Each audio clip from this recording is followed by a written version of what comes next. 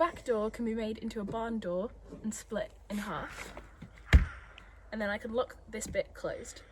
And because when you're driving, you really can't see through the back, I've got a little reverse camera over there.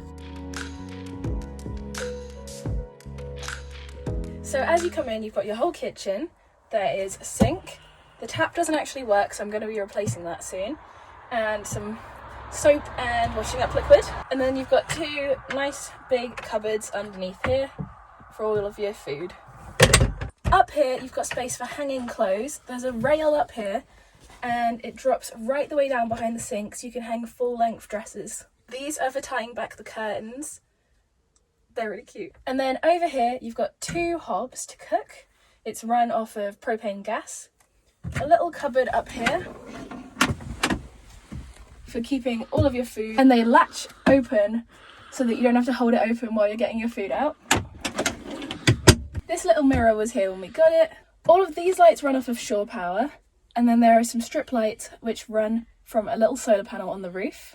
And there are also a couple of lights I'll show you later that run from the car battery. Underneath here you've got a little grill for making your toast, and a little drawer which currently just has a few cups and plates and a chopping board.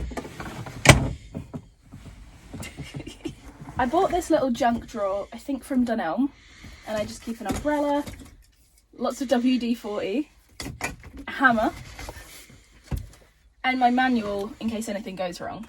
And then you've got the fridge, which has to run off of shore power because it would just take too much power from solar panels. There's a little skylight up here, which you can open. It's very noisy, but you can open it and get some fresh air, but it doesn't let much light in. I'm planning on replacing that eventually with a big, clear Dometic skylight. I think that will let a lot more light in and look really cute. On each side, you've got these nice big shelves. These strip lights are not original to the van. They run off of the solar panel. And I put a couple little bits, and everything is stuck down with Velcro. I got a few little art prints. There's some fairy lights which were there when I got them. I think they run off of shore power. I've never used them. And just a couple cute decorative bits in there. And on this side as well, just some plants and things. Further back, you've got some nice storage on either side. And again, these stay open, so you don't have to hold them open while you're trying to get things in and out the whole time. They're not gas struts or anything, they just sort of clip open and clip close automatically. Like that. On both sides of the van, you've got this huge 6-foot-long sofa. You can fit loads of people back here, and people can legally sit in the back while you're driving along, so you have loads of seating. But I don't really like to have people in the back while I'm driving. Under all of these seats is plenty of storage, which I'll show you in a minute. The carpet is really old and dingy, so I bought this cute little rug. I think brightens it up a little bit. So that's how you put the table up. This is a table at the moment, but I've already got all the materials to make a new tabletop because, as you can see, the vinyl on this is all torn up. So I'm going to make a big cloud-shaped table. It's going to be really cute, and I'm going to paint it blue. This is what holds up the whole table, and that goes in here in the centre of the table. However, there are actually 4 little bits here as well, and there are table legs up here.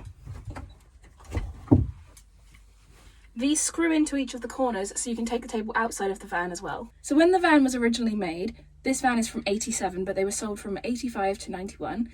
It was marketed as a family car to be used all year round. So this is where you put the babies to sleep.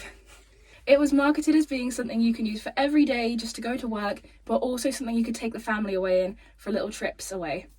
So my van is from 1987, which makes her about 36 years old, which is crazy, and she's just passed her MOT, and the mechanics said that everything looks amazing. They can't believe how good the engine looks for a van this old, which makes me very happy to know.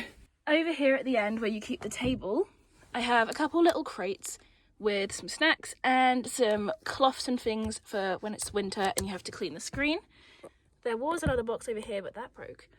And then over here is where you plug in for your shore power, and you can use all your normal 240 volt electric appliances. And this goes straight through into the cab, which I'll show you in a little bit. On each side, here and here, These are the lights which run off of the car battery, but I don't like to use them because the car battery is just so small that it scares me that it would just completely kill it.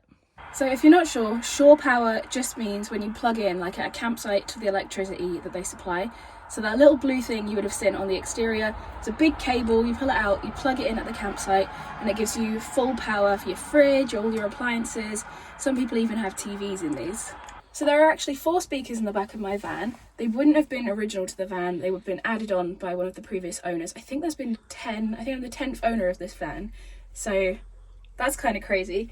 But there are 4 of these speakers and there's none in the front. So when you're driving along, it is a bit weird, all the sound is coming from behind you. So now I'm going to show you some of the storage underneath the sofas. You've got to take all the cushions off. So it's not the most practical, but you get so much storage. It's a bit messy. So over here you can see this nice big open space where you can keep all of your things and some original lino fake tile that would have come originally with the van. And then a bunch of random bits and bobs that came with the van when I bought it that I still haven't sorted out. So I have had this van since September and it's now January. So I've had it for a little while and there's so many things that I want to do with the van and things that I want to change about it. I still need to fix the tap. I want to add a new skylight.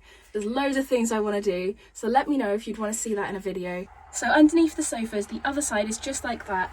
2 sections with loads of storage, but there's something a little bit different under this one. So this is actually where you would keep a portable toilet. I might one day put a composting toilet in here, or probably not. The idea of a portable toilet kind of freaks me out. But this would open up so that you can use the toilet and easily access it, just throwing off that little cushion. So there's a couple things I forgot to tell you about the kitchen. First is this backsplash behind where you cook. This is original to the van. It's sheets of copper, and I was so happy when I found this van that it had the original copper. I think it's so gorgeous, and they've even painted this to match. So the copper sheet ends here, but it looks like it goes all the way up. Another fun thing about the kitchen, you might think there's very little counter space. You just have to move a couple cushions. And this is broken, so it doesn't stay up. There's one on either side, as you can see here, but you just get the cushion and you place it back underneath. And then you've got this nice sturdy space to prepare food. Again, I'm probably going to take off this vinyl. It looks a bit tatty, so I'm not sure what I'm going to do with that. But there's one on each side. They both look different as well. So I found this van when I was looking on Facebook in a Bedford Bambi group where people post all about their Bedford Bambis and things. And I said, hey, is anyone selling their van? I posted this on a Sunday. I had a reply the same day, and the next Sunday I'd bought the van. It happened that quickly. It was a 3-hour drive to get it all the way back from where I purchased it to my house. It's my first ever vehicle, so it was terrifying. Country roads, up and down hills, with this teeny little engine. It was a bit scary. So the owner before me was a musician, and he was on a tour, and everything was star themed. So he decorated this whole thing with stars. So all of this, there were even star cushions, and every single little star glows in the dark. It looks absolutely beautiful.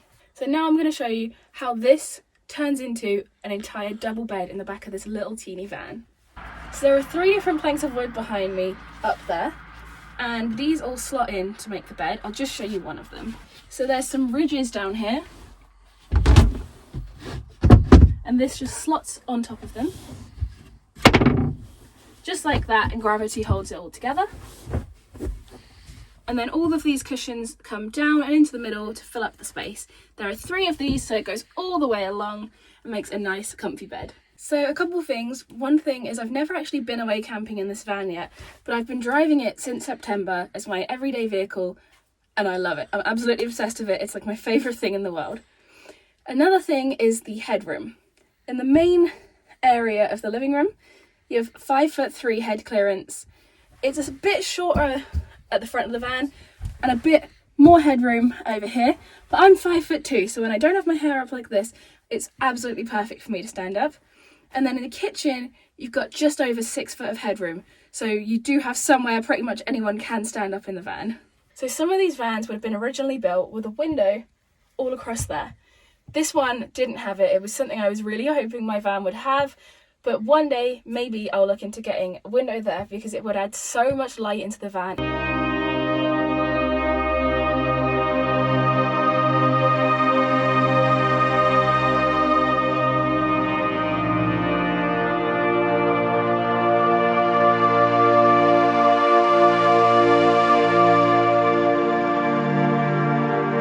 It doesn't have a grey water tank, just a fresh water tank.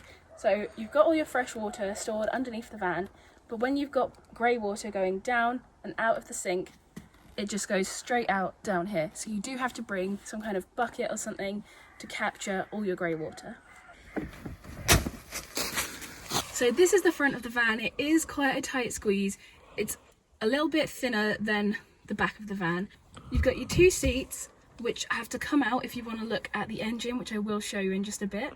You do sit directly on top of the engine, which is really weird at first.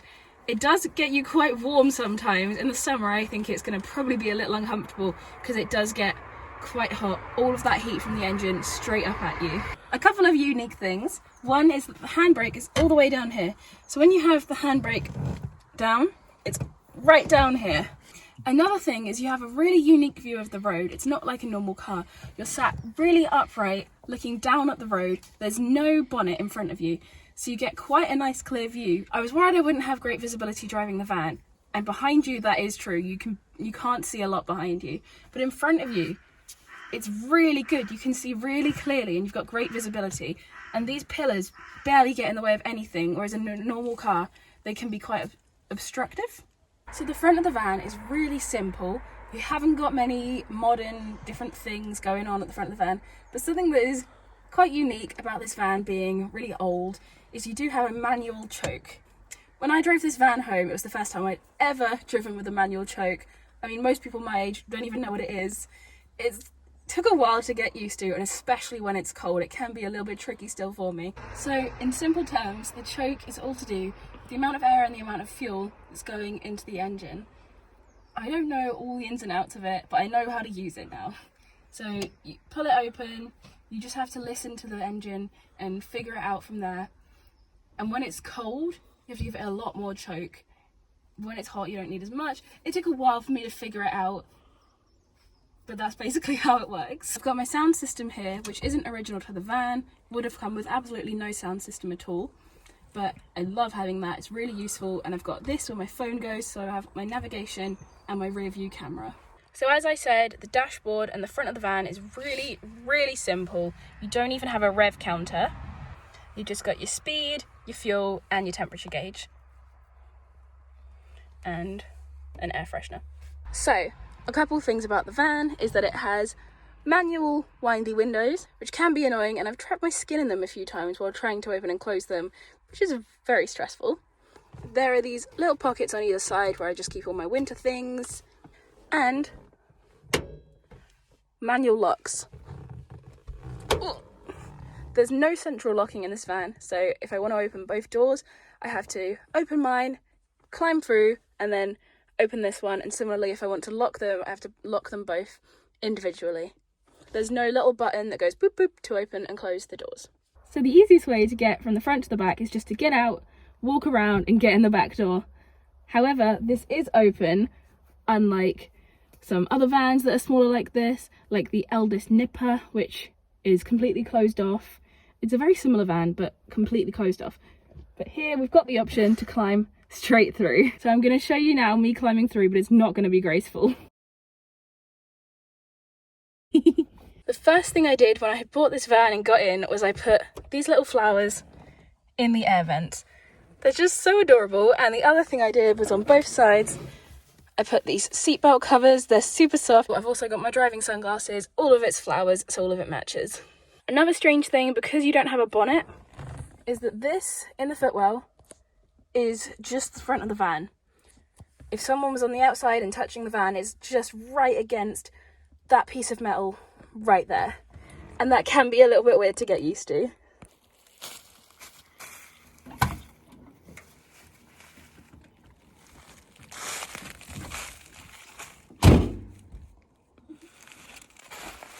some of these vans have bull bars on the front, which some people think will make it a little bit safer if you are on a crash head on because there's no crumple zone, but some people think it's not really going to make any impact on your safety.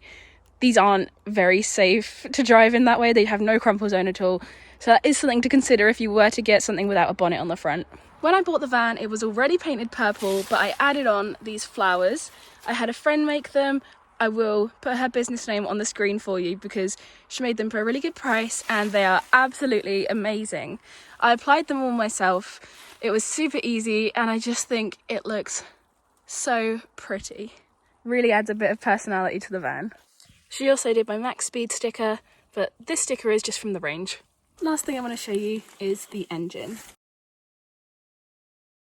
So both seats do come out, but I cannot be bothered to take both out because that one is a little bit tricky to get back in. But this is how you access the engine and your radiator and all other things that you need to get to. The engine is a teeny little 950cc Suzuki engine, basically a big motorbike engine. It is ridiculous and it does make it hard to pull all of this van up hills. She maxes out at 60, but I don't usually get her above 55 because I don't want to be thrashing the engine all the time.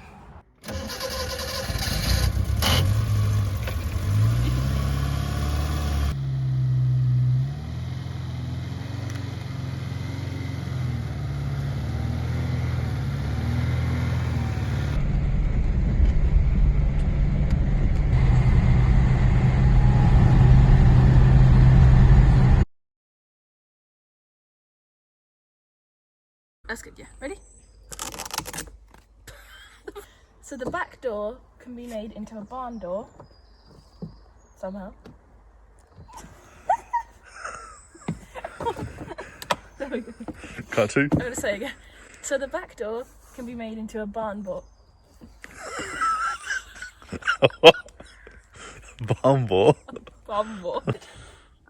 Ready? And I'm going to talk about the gut in the dust.